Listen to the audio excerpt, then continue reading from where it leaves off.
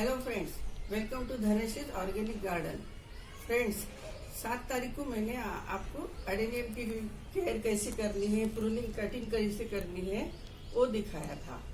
लेकिन आज मैं आपको एडेनियम सीड से कैसे ग्रो करना है और उसकी कटिंग कैसे ट्रांसप्लांट करनी है, कटिंग कैसे ग्रो करनी है और उसको फर्टिलाइजर कैसे देना है वो मैं आपको दिखाने वाली हूँ।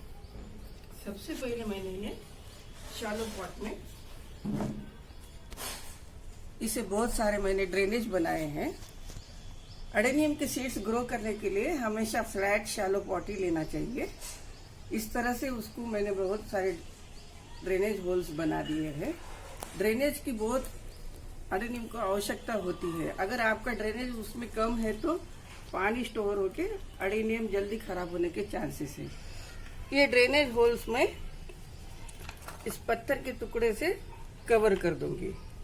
इसे भी हमें कॉन्केव साइड नीचे रखनी है और कॉन्वेक्स साइड ऊपर रखनी है।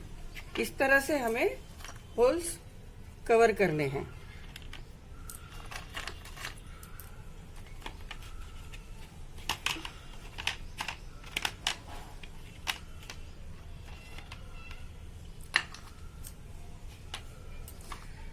इसमें पत्थर रखना भी बहुत जरूरी है। अगर आपके होल्स में अगर मिट्टी जम जाए तो बाद में पानी रुककर प्लांट में फंगस आने के चांसेस रहते हैं। इस तरह मैंने होल्स कवर कर दिए हैं। अब मैं इसमें पॉटिंग मिक्स डालने वाली हूँ। पॉटिंग मिक्स में मैंने 1 पार्ट सैंड, 1 पार्ट कोकोपीट और 1 पार्ट मेरे घर की किचन वेस्ट कंपोस्ट मैंने डाली है।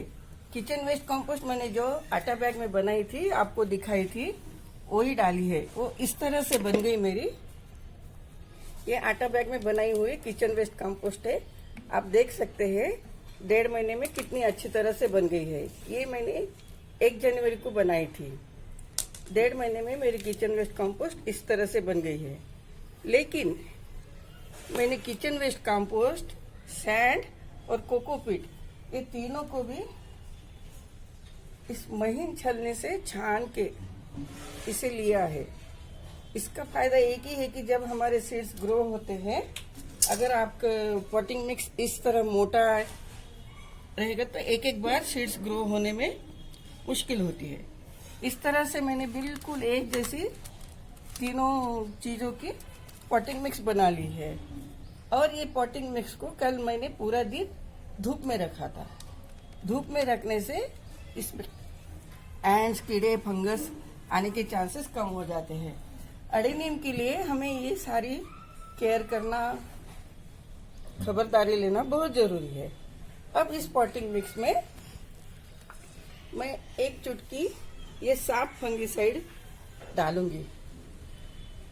साफ फंगिसाइड से भी हमें एडेनियम में रूट रॉट की समस्या बहुत ज्यादा होती है, इसलिए फंगिसाइड डालना बहुत जरूरी है।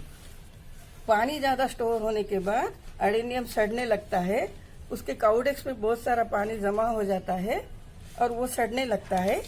इसलिए साफ फंगिसाइड डालना भी बहुत जरूरी है। और जैसे कि मुझे हमेशा की तरह आदत है, आज तक मैंने गार्डनिंग में ज्यादातर हल्दी यूज की है। फंगिसाइड मैं अभी यूज करना शुरू कर दिया है, तो मैं थोड़ी सी हल्दी भी डाल दूंगी। इस तरह से ये मेरी पॉटिंग मिक्स रेडी है। इस पॉटिंग मिक्स को मैं इस शैलो पॉट में भर दूंगी।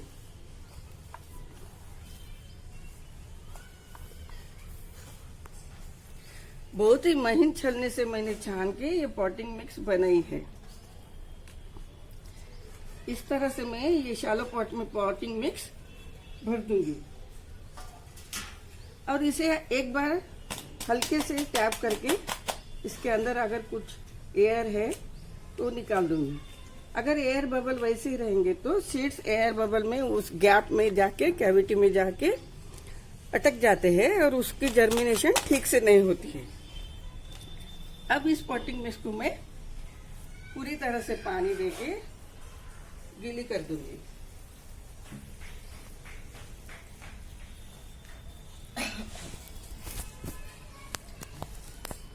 तरह हमारी पॉटिंग मिक्स अडेनियम की सीड्स के लिए रेडी हो गई है।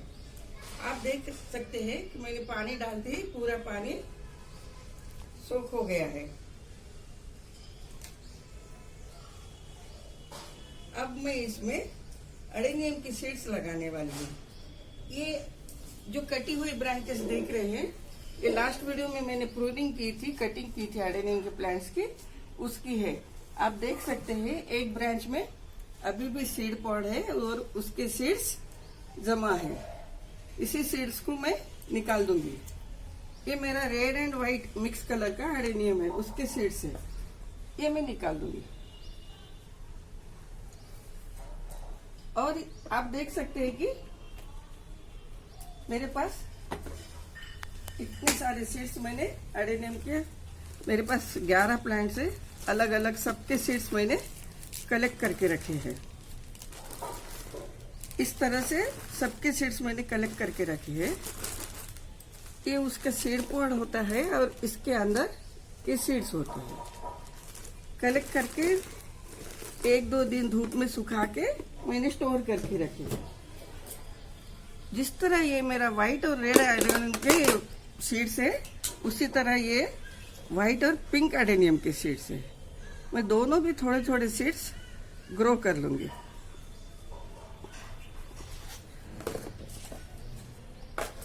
ये सीड्स बहुत लाइट वेट होते हैं, इसलिए हमें बहुत केयरफुली स्टोर करना पड़ता है। अभी ये सीड्स मैं इसमें इस तरह से लगा दूंगी। इसके नीचे के ऊपर के जो फिदर टाइप है, फिदर टाइप जो बाल टाइप है, उसको मैं रिमूव करके पूरे सीड्स लगा दूंगी। ये एक रेड व्हाइट प्लांट है और एक पिंक व्हाइट प्लांट है, उसके ये सारे सीड्स है। मेरे पास दो कलर के फूल, मिक्स कलर के भी एडेनियम है और प्लेन रेड, प्लेन व्हाइट वैसे भी एडेनियम है, डबल पेटल भी एडेनियम है।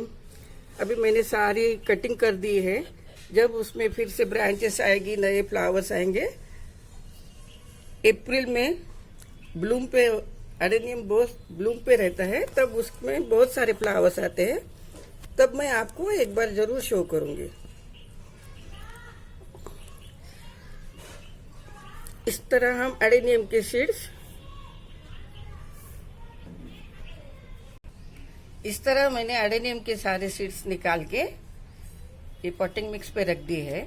अब मैं इसको हल्के से अंदर दबा दूंगी। हमें बहुत ज्यादा अंदर भी दबाना नहीं है। ये सीड्स जर्मिनेट होने के लिए कम से कम 8 या 9 दिन लगते हैं, लेकिन अभी सीड्स के लिए फेवरेबल सीजन है, तो 5-6 दिन में भी आपके सीड्स जर्मिनेट हो जाते हैं। इस तरह से हल्का सा उसको मैं अंदर दबा दूंगी।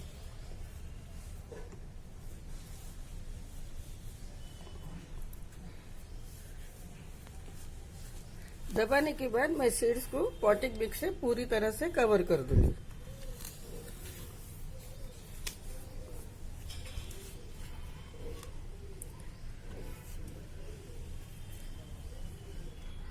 सारे सीड्स को मैंने पॉटिंग मिक्स से कवर कर दिए है। अब मैं इस वक्त और थोड़ा सा फंजीसाइड्स ऊपर से स्प्रिंकल कर दूंगी।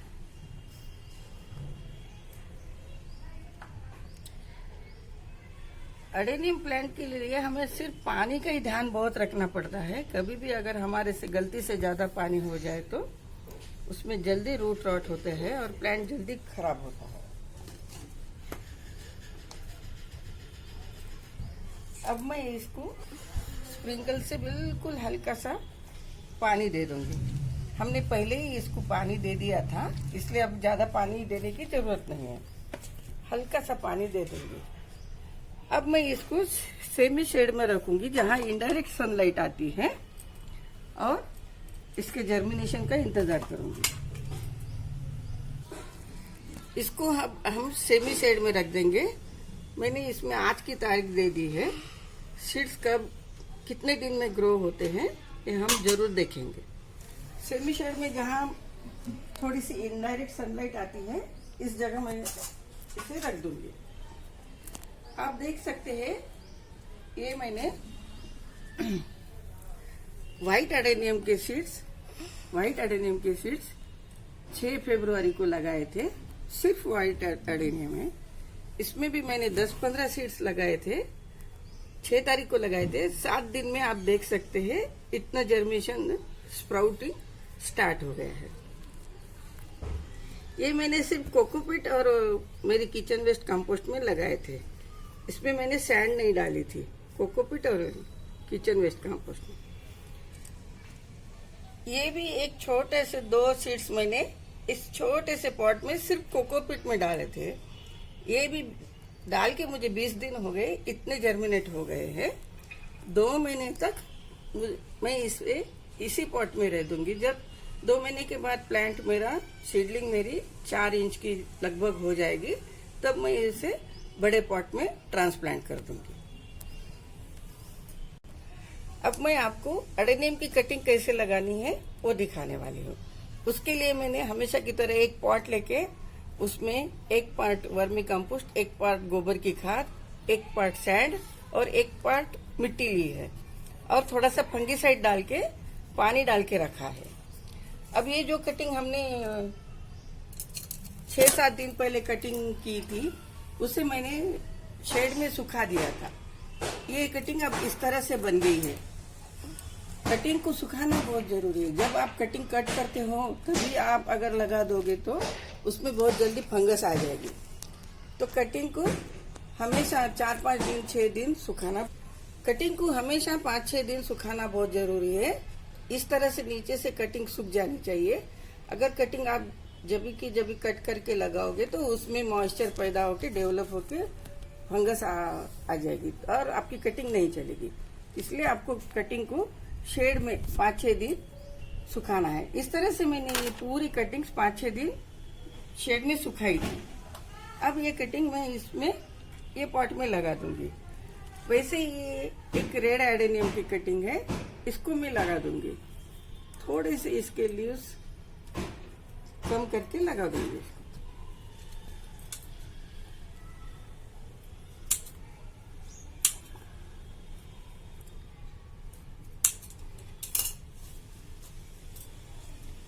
इस तरह से ये 3-4 कटिंग्स मैं आपको लगाना सिखाने वाली हूँ। इस तरह से मैं ये 4 कटिंग्स आपको अभी लगाना दिखा रही हूँ। बाद में मैं ये बाकी कटिंग्स और किसी पॉट में लगा दूंगी। अब हम इस पॉट में जो मैंने रेडी करके रखा है, इसमें 4 कटिंग के लिए 4 होल्स बना दूंगी।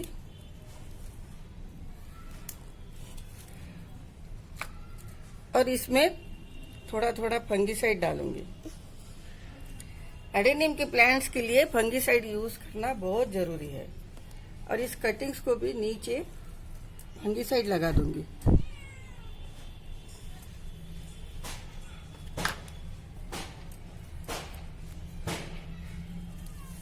अब ये कटिंग मैं इस होल में लगा दूंगी। इस तरह से मैंने ये 4 कटिंग लगा दी है। अभी तो मैं इसे शेड में ही रखूंगी। जब कटिंग अच्छी तरह से सेट हो जाएगी तभी मैं इसको डायरेक्ट सनलाइट में रखूंगी। बिल्कुल हल्का सा कटिंग में पानी दे दूंगी और इसे शेड में रखूंगी।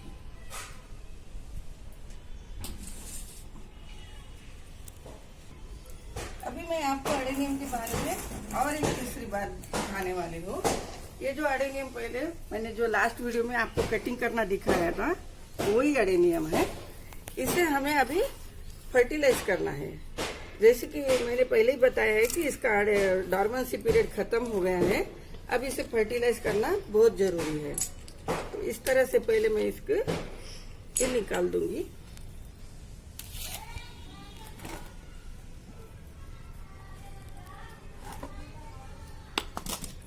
फर्टिलाइज करने के लिए हमें किन किन चीजों की जरूरत है वो भी मैं आपको बताने वाली हूँ।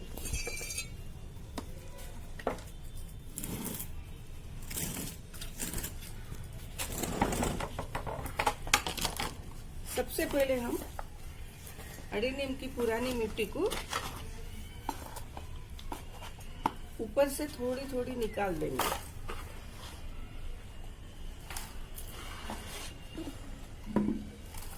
आप देख सकते हैं कि इसका काउडेक्स कितनी अच्छी तरह से डेवलप हो गया है। ये मेरा सिर्फ 2 साल पुराना एडेनियम है।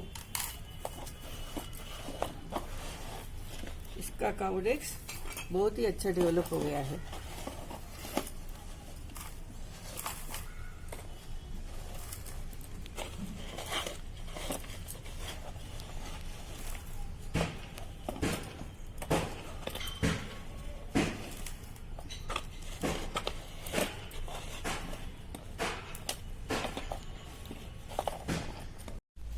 फ्रेंड्स, अभी मैंने एडेनियम को आपको निकाल के दिखाया था, वो पूरा पॉट मैंने खाली कर दिया है और इसमें हमेशा की तरह ड्रेनेज होल है, उसके ऊपर मैंने कंकर डाल के रखा है और उसके ऊपर मैं ये कोको पायर डाल रही हूँ।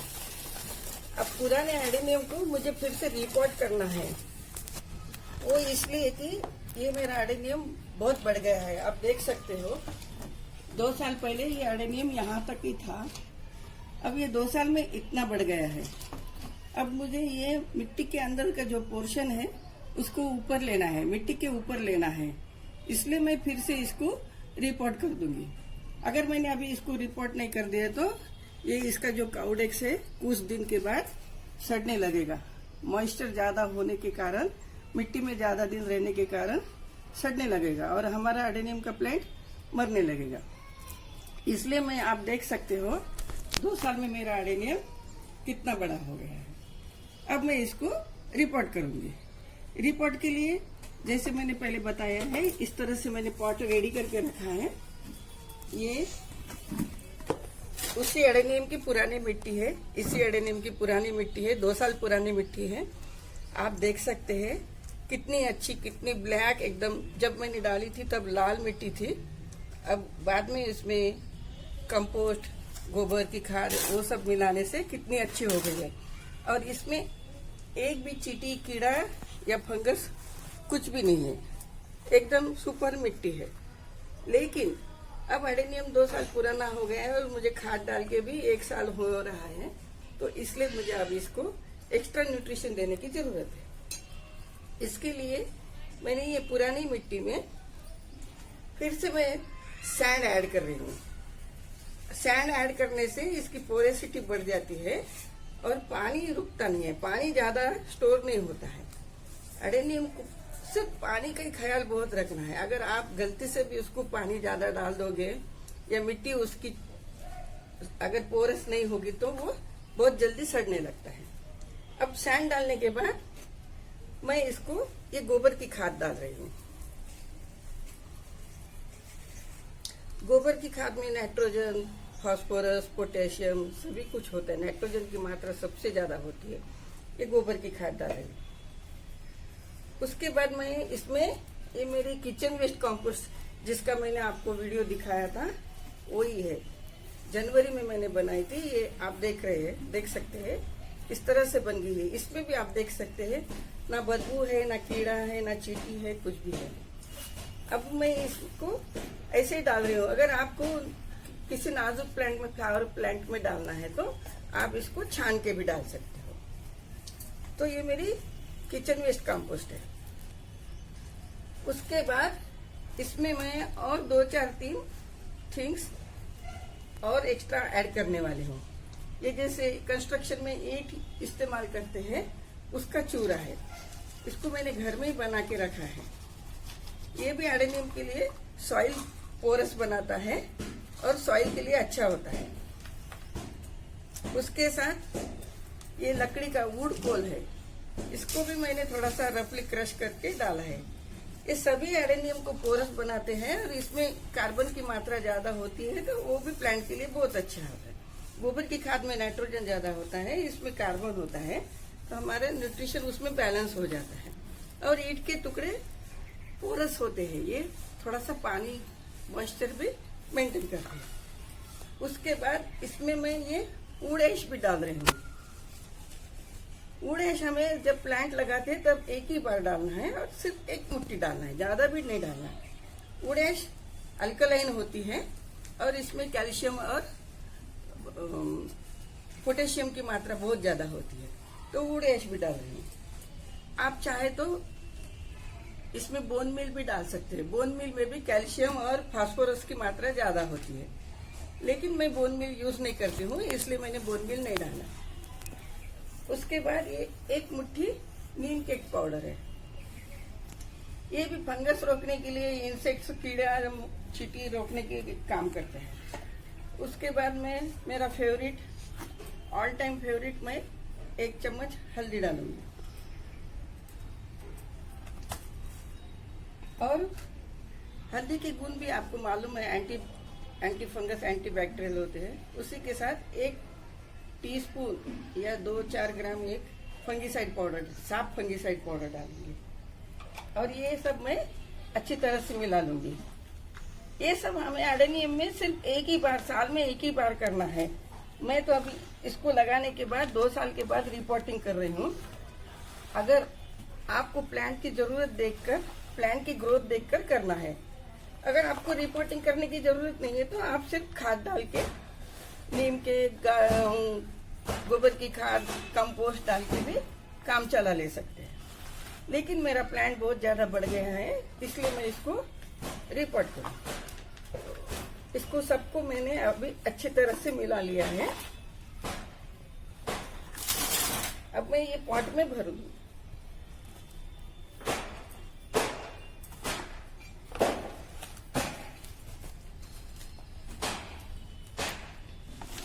पॉट रेडी हो गए हैं।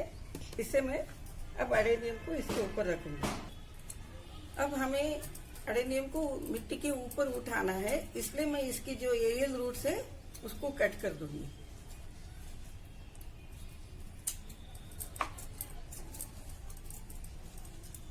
जो मिट्टी के ऊपर रूट्स आती है उसको मैं कट कर दूंगी।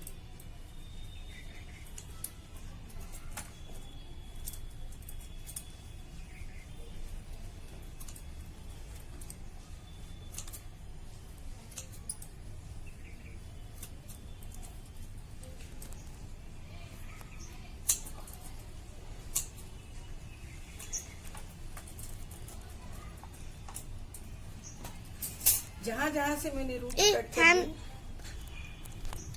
जहां से मैंने रूट्स कर दिए हैं, वहां फिर मैं ये कट ओपन हो जाते हैं, हवा के लिए ओपन हो जाते हैं, इसलिए मैं इसे बाद में फिर से फंगीसाइड लगा दूंगी। अब इसको, इस प्लांट को हमें इस तरह से ऊपर रखना है। ऊपर रख के अब हमें इसको पॉटिंग मिक्स से कवर करना है।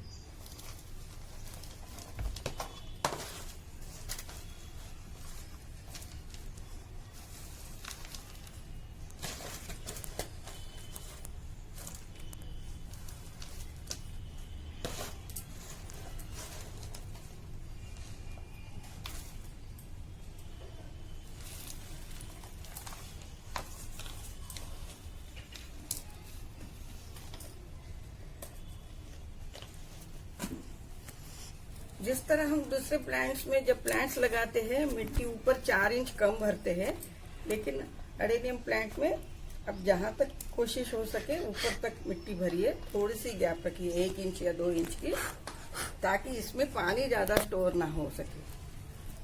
अगर आपने इसे मिट्टी कम भरी और पानी ज्यादा स्टोर हो गए तो एडेनियम डैमेज होने के चांसेस रहते हैं। आप देख सकते हैं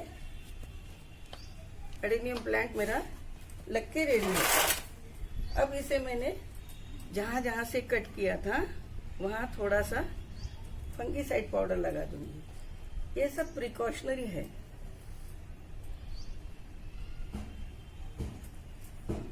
लेकिन करने से हमारी प्लांट के लिए अच्छा रहता है।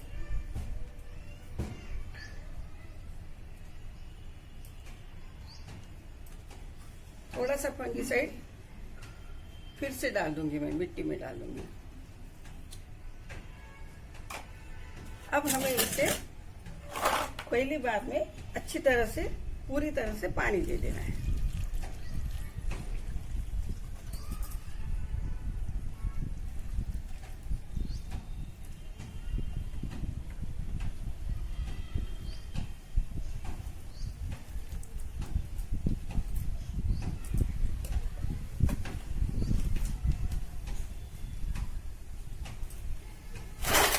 इस तरह मेरा एडेनियम प्लांट रिपोर्ट करके रेडी हो गया है। आप देख सकते हैं इसकी रूट्स की खूबसूरती, काउडेक्स की खूबसूरती आप देख सकते हैं।